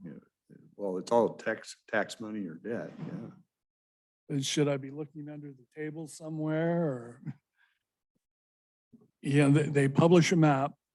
Okay, great. It's where the businesses receive those grants in Cowlitz County, but not the amount. Which is more important? It didn't go through the county.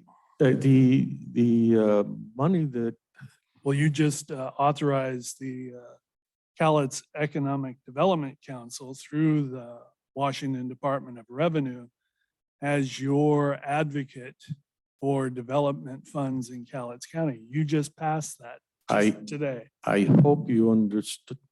I was hoping you'd understand that we have no choice if we are to avail ourselves of some grants. How the grants are used, there's something we sort of keep an eye on. As long as you like to delve in history, remember the prior to the ARPA money, what was the name of that money? The big grant, and the CEDC took care of dispensing funds to companies, entities in the yeah. county. And PPP. huh? The PPP? No, Payment protection? no, that PPP was, That's federal. yeah, and this other, the point being is that CEDC put out, he put in the effort, put out advertisement. People applied for these grants. I don't remember the name. I should. I'm embarrassed about it. But anyhow, they dispensed, I think, several million. I don't know the exact. 70 amount. million, and they were called No, no, no, working no. Washington This is what grants. CEDC did. This is going to tie it back to your request to know the amounts and who got them. At that one, we were able to get from the CEDC the names of the businesses as well as the amount they got. And I believe that was publicly made available. I had a little bit of heartburn there because we were treating them of the money as if it's manna from heaven. It was part of the Recovery Act money. I forget what the Now you're back to federal. doesn't matter. You were asking, how do people, should funding be disclosed? It may be federal that came in. Most everything comes to us in one form or another from the state or the feds, but the CEDC allocated it out, and they did give us the names and the amounts. Why weren't they publicly made available? I beg your pardon? Why weren't they publicly made available? Even the newspaper couldn't even get them. What's the date on that? February 23rd. Oh, this is before that.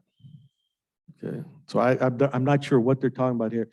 You've been here enough to know that I've been asking for years that we get the names of people receiving, let me call it welfare. It doesn't matter to me whether it's corporate welfare or individual welfare. And that's a wall I have not been able to penetrate.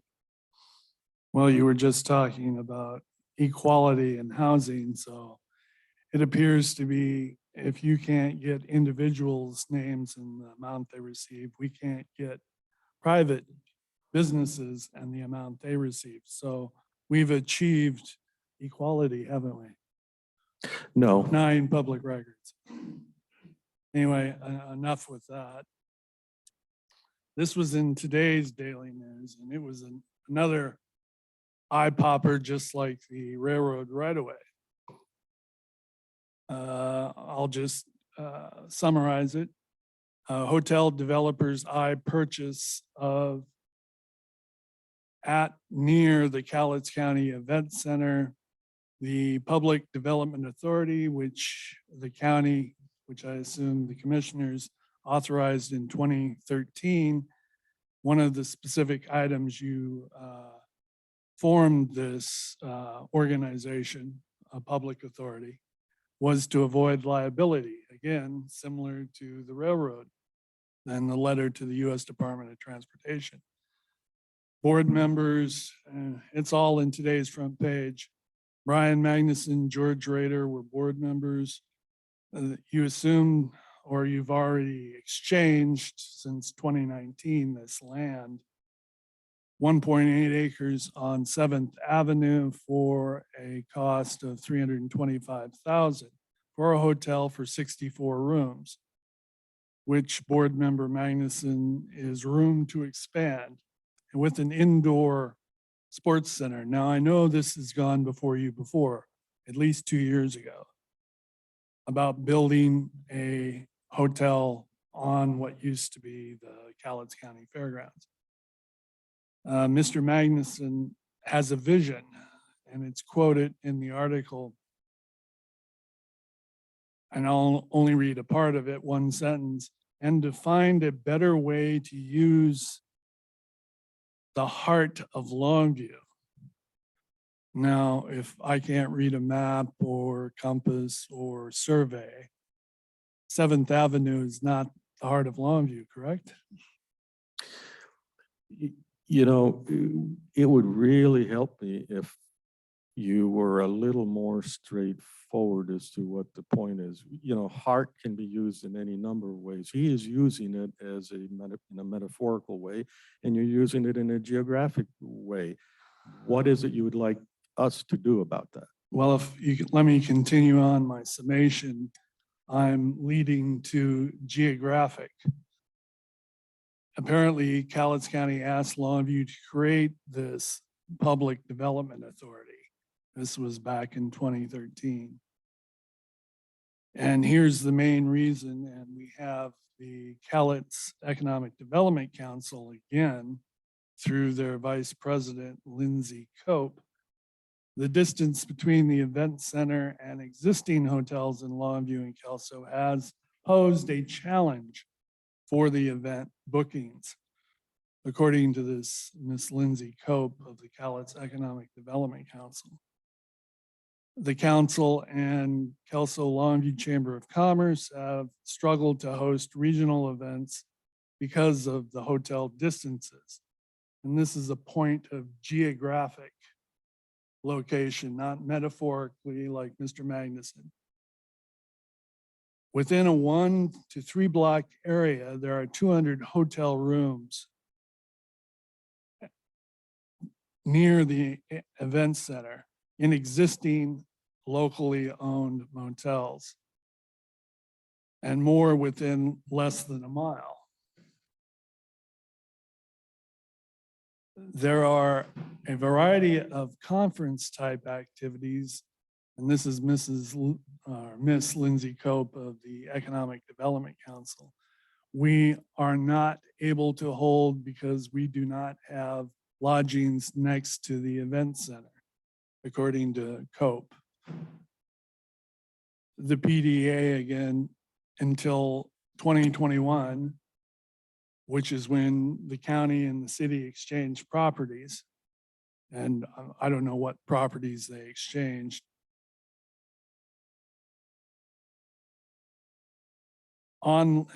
Here's location and location. It doesn't make sense. Adjacent to the event center on 7th Avenue. Now, there's a residence south, it's a residential zone, except on a dead-end Perrydale Lane where the county's fairground property touches Perrydale Lane, which I never knew until I looked at it. The hotel would be built on land directly east of the Cowlitz County Event Center. What's directly east? You have the Juvenile Youth Center, you have the county jail, and you have a restricted lane that borders the fairgrounds and next to your new coroner's facility. And that's a restricted lane. Only law enforcement or people who have business like the coroner can go down that lane. And yet this article says it will be built on land directly east. Well, that's what's directly east of the event center. So that, yeah, my point is geographical, not metaphorical.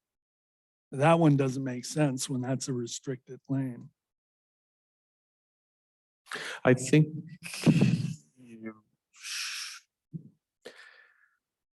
you're causing me to rethink what I think I knew.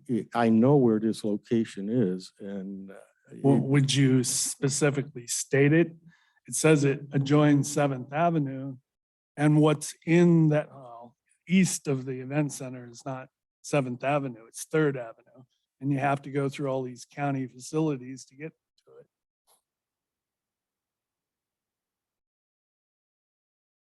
But let alone they seem to be geographically challenged when they say they don't have hotel rooms close enough to what used to be the Cowlitz Fairgrounds. yeah, When you have 2 hotels with over 200 rooms with us than 1 to 3 blocks, and even more, less than a mile. if you're asking me to justify the article, I can't. If you're asking me where is this location, it is off of the main entrance to the event center. As you walk out the event center, you're looking primarily north.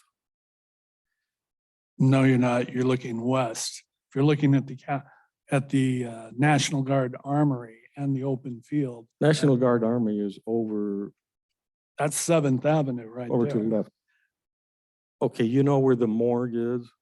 Yes, it's bordering the restricted lane that goes Okay. between Well, the morgue, the county jail, and the youth center. this property is between the morgue and the current extant event center on what you'd call fairgrounds property. So some of the buildings, the old buildings that near that side driveway that comes in, that's the location of this so-called hotel. I have not heard about a sports complex at all being tied in with that. Neither have I. That's why I included it in my summation. And what you're talking about, if it's on the other side of the chain link, the old chain link that's been there, where there used to be a county shop, that's on the old fairgrounds property, and it's on a restricted lane because all your correctional facilities are on that lane. It's not 7th Avenue. Yes. I'm wondering, does anybody in the county read any of this? But you went through, since 2019, you exchanged all that land. Right. Was anybody watching a subdivision or a map or anything? The answer is yes. Did I personally at the time look at it? Yes. Do I remember it today? No. What was on the clock there was trying to get the funding from a chain hotel that they wished. Was the question asked about hotel rooms? Is this going to compete? Because I am not in favor of the government competing with the private sector. Which is going to happen if this all goes through. Yes, I was told that it wouldn't. Now, you said the article says 3 blocks, 200 hotel rooms. Less than 1 to 2 blocks, there's 200. Do you know what they are? I don't. Yes, you've got the old Best Western, which is the cross street is 5th at the base of the Peter Crawford Bridge, and then you've got the Town Chalet, which is right at the apex of Washington Way and Ocean Beach Highway. Yeah, let me say that for most people would not be called close enough to an event center. The idea is that they want to bring in. I mean, within inside of the fairgrounds, it's not close enough. Exactly, that's what they want, a hotel room inside the fairgrounds. So you're gonna put the private hotels out of business, and you're gonna put, and the way it reads in the article, the gentleman proposing the development, there's a lot of conversation, oh, he has contacts with national chains. Well, yeah, he's gonna build it and then he's gonna lease it to a national chain. That's the way it reads, at least to me. Maybe I'm not reading it right.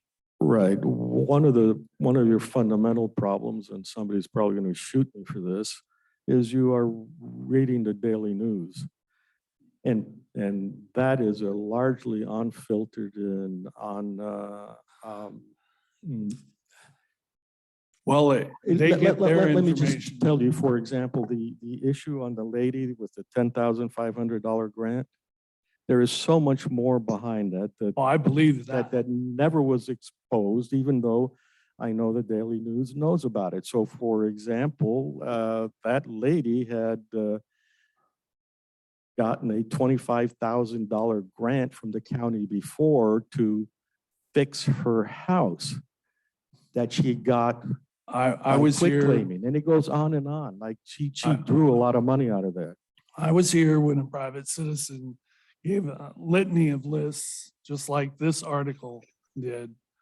She, well, the untechnical term is gaming the grant system. But here, these remarks have to come from an organization that you authorized in 2013, the Public Development Authority. So it has to come from their meetings, which will be on March 28th. That ought to be interesting.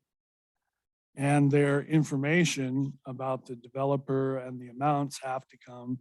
And they are a public organization that you form, just like the Cowlitz County Commissioners, and Cowlitz County is a public entity.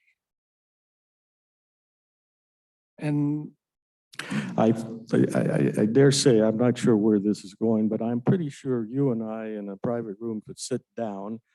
And by private, I simply mean, I don't care what people hear and see, but I don't want to stir up a hornet's nest. I've said many times, the system we have is broken. We will do whatever it is we need to do to twist and get more tax money out of you, whether it's creating a new district and a new PDA or PDF. Just ask people about, well, I can't I'm about to cross the remember. line. Were you on the board No, when this was approved? no. No, you weren't. And I know you weren't. Yeah. But I don't know if Commissioner Weber was, but I have a sneaky suspicion he was too. Those districts were formed primarily, it actually, because I go and sit in those meetings and listen to them, but those districts were formed because you could keep, it's 1/10 of 1%, it's just, or 0.9%. It's a small percentage of sales tax that we don't have to send to Olympia that can stay local as long as it's part of a facility district. And it was kind of, from what I'm told, it was kind of mirrored after what they did when they built, well, I don't know what they call it now, but it was, I know it as Safeco Field, the ball field up in Seattle. And so they spread that out and gave it to other counties. And so that was formed to keep that small, it's not an additional sales tax, it's just a small rebate. portion that does not have to go to Olympia. It can stay here as long as it's used for in these, what they call these facility districts. And I think we have the Expo Center is one, Columbia Theater is another, and then there's a small one, and I don't recall the name. But it was an effort, to my understanding, it was an effort to keep that sales tax here and not send it to Olympia. So that is what I said. It's another way to play with the tax stuff. Underneath all this is the fundamental question you're asking, or a part of your question that you're asking. You have got an organization called the government here that's decided that we need a new hotel here, and we need to do this and that with your money to compete against you. And that's the fundamental question. Where do you draw the line on what the government's doing? Now, you mentioned earlier by misnamed Harry, the Gardner, Harry Gardner Park. That was a donation, in Kalama, the Toda Park donation. It's pretty neat if citizens donate something for those kinds of purposes. You argued against the Rails to Trails appropriately. It's a donation. We don't have to pay anything for that thing, except it'll strangle us. So, Well, Harry Gardner Park doesn't exist. It was wiped out by Mt.St.Helens. Was it reconstituted? it's operational today. It is. That's to my knowledge. Does the Anybody county know own it? otherwise? Does the county own it? It's a county park. Hmm. Is there somebody who could, Well, you, for another example, you did the same. Oh my thing. gosh. Vicky, that came through loudly and clearly. What's up? Hold it. I just hit my hand. I'm sorry. I forgot I was on live. Let me make one more example where you did this. You two weren't here. And I'm not sure about Commissioner Weber. You did it down in the Kalama Marina with the McMinimum restaurant. You gave them $75,000. For the restaurant? For the No, restaurant. For fire flow or something like that. Wow. And that goes back to the argument of infrastructure. A restaurant's infrastructure, I beg your pardon? restaurant's infrastructure.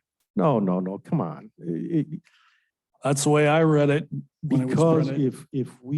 if we allow Just like a business- hotel. if we allow business to grow there, they will not go there until they can meet the codes for, say, fire flow. So we helped the port of Kalama and the city of Kalama with infrastructure. I'd rather do that than with the money that comes, none of this is Commissioner Dahl and I saying, we're going to tax you guys a bunch of extra money because we have an ambition for this or a vision. In fact, during the campaign, when somebody asked me, what's your vision for the county? And I'm like, why would you want my vision? I want to see what your vision is and we'll work on that. Well, we have Mr. Magnuson's vision right here. Well, that's why I have to be careful what I say. And we can't help Riderwood with their water infrastructure, huh? You're already in charge of it. We have allocated, I don't recall the amount, but it's a fair chunk of money that we've reserved from ARPA funds for tackling that. We are committed to fixing that. If we can get funding for that, which is a very easy argument to make, whether we get the funding or not, it's a politics issue, then that money can be used for other such things. Well, I'll conclude using that federal ARPA money in an emergency situation for essentials like water, everybody needs water, is a slight better than the example of Longview School District did using it for playground equipment. That concludes my remarks. Okay, Vicky, you're on. Thank you. The gentleman that just spoke reminded me of two things that I had on my mind and totally forgot about. One of them was, he brought up the bridge to Rainier where they're gonna do all that construction work. And WSDOT came to Highlands Neighborhood Association and gave a presentation on that. Maybe they could do that for the county as well, so that people can see what they have on their minds for that. And they talked about the price increase and why things have gone up in that presentation, but don't ask me because I'll forget. It's been too long ago. I've slept since then. The other thing, as far as the hotel goes, I've always been kind of against that hotel down there and I don't even have an idea. The only space I can think of is where the farmer's market is. I just don't understand. Personally, I'm kind of against that, the whole thing. But my main topic, I have a question regarding the county coroner and the morgue and all that sort of thing. I have followed on Facebook the county safety posts for the last, at least for sure, 3 weeks or so. And there have been several DOAs that have been on that post. And I go to search the website to see what's going on. If we've got a drug deal, if we've got people being murdered or whatever's going on, and you can't find any information. Is there a reason why that information isn't available to the public? Apparently it is, since you're the public and you know about it. No, it's not available. You can't find out what, I mean, it says DOA, you go to the morgue, to the coroner's website, and you can't find anything there regarding that. You should be able to contact the coroner and get, Specifically, just contact her. that's what I would do in your shoes. I can't guarantee results, of course. Yeah. Well, thank you for taking my call, and I agree with the frustrations with the hotel and everything. I can't imagine, but. Okay, and I hope your hands are right. It is better, but when you hit it really hard, it really hurts. I'm sorry. That was Particularly if surprising. it's a joint. Oh, yeah. Okay, any other comments, hands, people from the audience? Seeing none. All right,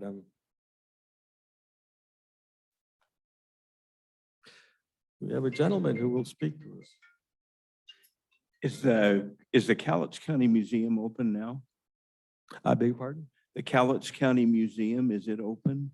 Oh, good question. I don't know. Do I have anybody from the museum on here?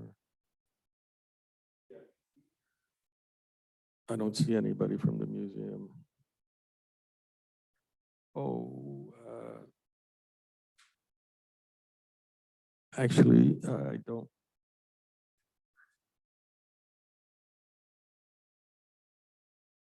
I don't know. Okay, thank you. No worries.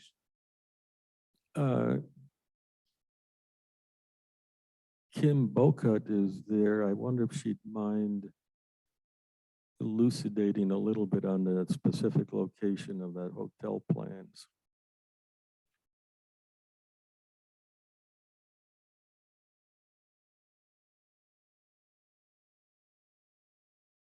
Hi, Kim.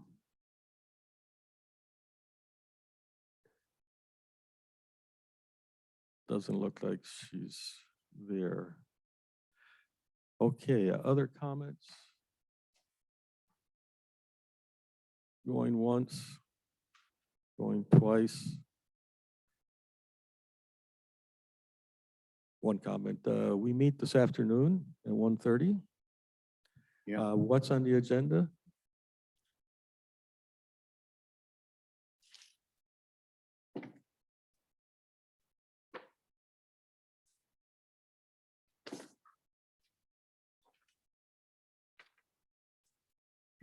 It's the Commissioners Conference at 1:30.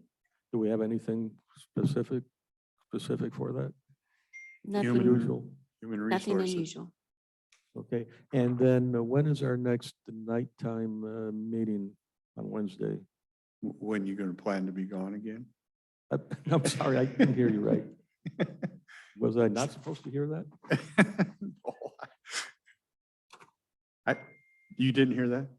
I was giving you a bad time. I said, you plan to be gone again? Oh, Yeah, no, I did not hear that, yeah. but I like Second Tuesday. I- Second Tuesday the of second the Tuesday. month, or second Wednesday, sorry. It's the second Wednesday of the month at 5:30. Okay. Okay, thank you. I'll have to plan my vacation Yeah, accordingly. I know it. Okay, I think we're done. I don't see any other activity. Oh, there is a hand up. Whose hand is that? That is Vicky, who left her hand up because her hand's sore. Okay. Now it's gone. Thank you, Vicky. The